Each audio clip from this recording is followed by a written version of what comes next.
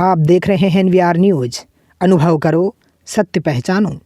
Samajwadi party के वरिष्ठ नेता व पूर्व सांसद रमाकांत यादव हमारे पत्रकार अरशद जमाल खान से रूबरू हुए, जिसमें उन्होंने भारतीय जनता पार्टी की असफलताओं को गिनाते हुए कहा कि आगामी विधानसभा में सपा से डरकर भाजपा घबराई हुई है, जिस कारण भाजपा सपा नेताओं के घर पर छापे मरवा रही है। वहीं लड़कियों के विवाह की उम्र 18 से 21 वर्ष किए जाने पर कहा कि इसमें सरकार को हस्तक्षेप करना उचित नहीं है।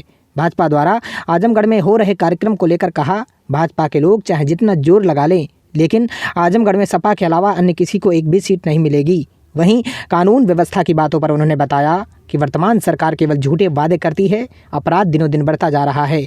आगामी विधानसभा में आजमगढ़ में 10 तथा पूरे पूर्वांचल में 130 सीटों पर समाजवादी पार्टी के जीतने की बात कही। आइए देखते हैं कि खास मुलाकात अरशद जमाल खान के साथ। न्यूज़ से अरशद जमाल खान। आज मैं मौजूद हूँ समाजवादी पार्टी पूर्व सांसद रमाकांत यादव जी के आवास पर। विधानसभा चुनाव 2022 को लेकर कुछ खास चर्चा करेंगे। सर, आपका एनवीआर न्यूज़ में स्वागत है। धन्यवाद आपको। सर, मेरा पहला सवाल रहेगा कि सर, आज आप जानते हैं कि 2 दिनों से भारतीय जनता पार्टी की सरकार में समाजवादी पार्टी के नेताओं के घर पर आयकर विभाग की टीम गठित की गई, जो जाँच कर रही है लगातार। तो इस पर आप क्या कहना चाहेंगे?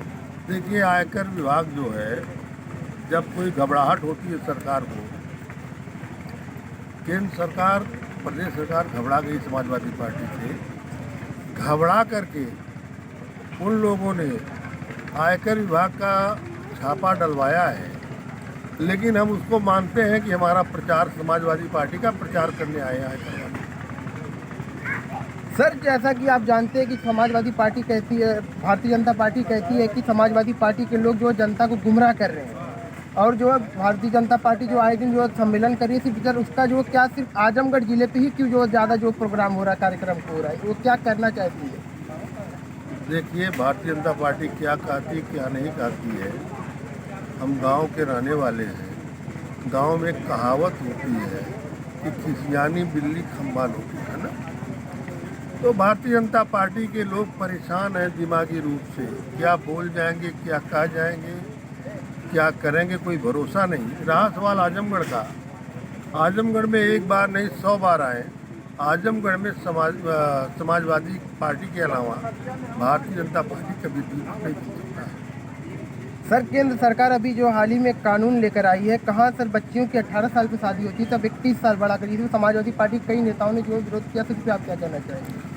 देखिए, जो कानून लाए हैं उसके बारे में हम बहुत टिप्पणी नहीं करेंगे। इतना ज़रूर है कि अगर बच्ची के माता पिता अपनी व्यवस्थाओं को देखते हुए जब शादी करना चाहें तो करें, उसमें में कोई न विरोध करना है न कोई साथ देना है। सर, विधानसभा 2022 की चुनाव में सर आप कितनी सीटों पर कहना चाहते दावा करते हैं? मैंने पहले भी कहा दिया कि आजमगढ़ की 10 की 10 सीटें समाजवादी पार्टी जीतेगी, और पूरे पूर्वांचल में जो 130 सीटें हैं, उस 130 सीटों में समाजवादी पार्टी 130 सीटें जीतेगी। उसमें कोई दिक्कत नहीं है, कोई राय नहीं।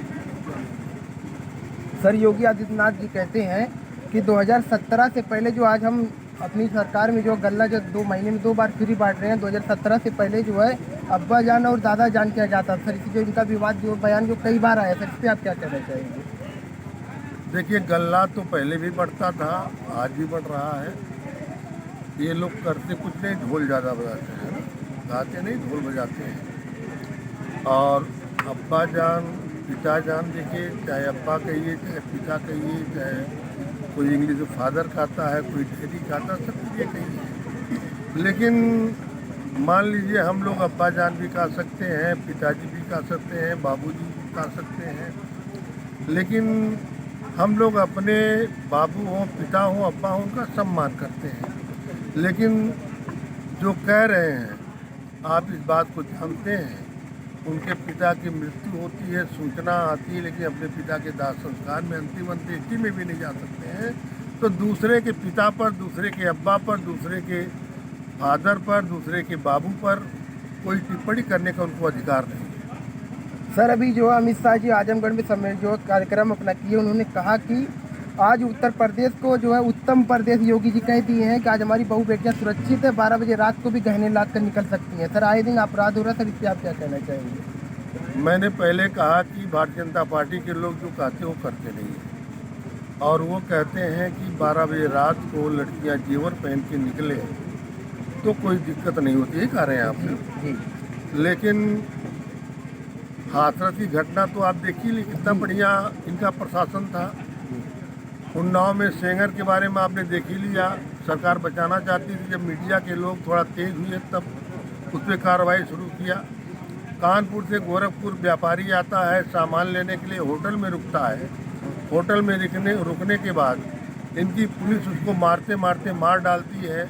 ये इनका अनुशासन अपराध मुक्त है। इनके बड़े नेता चिन्मयानंद के बारे में वीडियो भी वायरल हुआ, आप सब लोग देखे भी होंगे। तो ये कहते कुछ हैं करते कुछ हैं, और इनको जो है अपने करने की कुछ वो तो है नहीं। इतना जरूर करते हैं कि अगर कोई सरकार, जैसे इसके पूर्व हमारी समाजवादी पार्टी की सरकार थी, माननीय अखिलेश यादव मुख्यमंत्री थे उत्तर प्रदेश के। मैं समझता हूं कि आज़ादी के बाद से जितने भी मुख्यमंत्री हुए, जितना विकास अखिलेश जी ने किया है उत्तर प्रदेश में, उतना विकास अब तक कोई मुख्यमंत्री नहीं किया है। हाँ, इतना जरूर है, काम उन्होंने किया, फीता काटा इन्होंने, भारतीय जनता पार्टी के लोगों ने उद्घाटन किया और दोबारा किया। जिसको अखिलेश जी ने उद्घाटन भी किया, उसको उद्घाटन किया इन लोगों ने। जिसका शिलान्यास किया, उसका शिलान्यास भी करने का काम ये लोग कर रहे हैं। सर, इसी बातों में मैं आपको कहूँगा कि जो अगर कहीं जो राजनीति की बात की जाए तो हिंदू मुसलमान की बात आ ही जाती है। सर, भारतीय जनता पार्टी जो कहती है कि आपने कहा कि हमारा काम समाजवादी पार्टी की सरकार में सारा काम हुआ, तो प्रधानमंत्री जी गोरखपुर में आते हैं और कहते हैं कि समाजवादी पार्टी को जो है सिर्फ लाल बत्ती से मतलब था, जितना भी विकास हुआ सिर्फ हमारी सरकार में हुआ है। देखिए, लाल बत्ती नहीं कहते, लाल टोपी कहते हैं। नहीं सर, उन्होंने कहा कि लाल बत्ती हाँ, वाली लाल बत्ती भी कहा। अभी आपने इसके पहले ये भी कहा है कि मुसलमान की बात करते हैं, हिंदू की बात करते हैं। देखिए, हम लोग समाजवादी पार्टी के लोग समाज को जोड़ते हैं।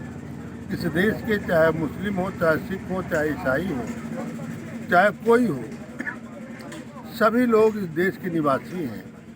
एक तरफ ये लोग कहते हैं कि मुसलमान के विरोध में बोलते हैं, मुसलमान से के बीच में जाकर के दंगा फैलाने का काम करते हैं, आपसी सौहार्द ख़त्म करने की बात करते हैं। लेकिन इन सबों को ये भी नहीं मालूम, इसी देश के अंदर जब 71 का युद्ध हुआ, 62 का, तो वीर अब्दुल हमीद ने जो बहादुरी का परिचय दिया है, अब तक तो कोई नहीं दिया इस तरीके का। और मिसाइल मैन कहे जाने वाले हमारे देश के अबुल कलाम साहब थे, आज तक उनके जोड़ में कोई हमारे देश का हिंदू तो नहीं हो पाया वैज्ञानिक उतना बड़ा। देश की आज़ादी में तमाम हमारे अशफाकुल्लाह और तमाम लोगों ने, अब मौलाना अबुल कलाम, तमाम लोगों ने कुर्बानियाँ दी है। उनकी बात ये नहीं करेंगे। ये तो केवल वोट लेने के लिए समाज को कमज़ोर करना चाहते हैं, तोड़ना चाहते हैं, आपसी सौहार्द ख़त्म करना चाहते हैं कि पूरे देश में एक ऐसा वातावरण बन जाए कि लोग हिंदू मुसलमान के नाम पर लड़ें और हम हिंदू के नाम पे वोट लेते रहें। और हम लोग कहते हैं हम समाज को टूटने नहीं देंगे। हिंदू हो, मुस्लिम हो, सिख हो, ईसाई हो, उसे जोड़ करके लेके चलेंगे और देश का, प्रदेश का विकास करेंगे। जी सर, धन्यवाद।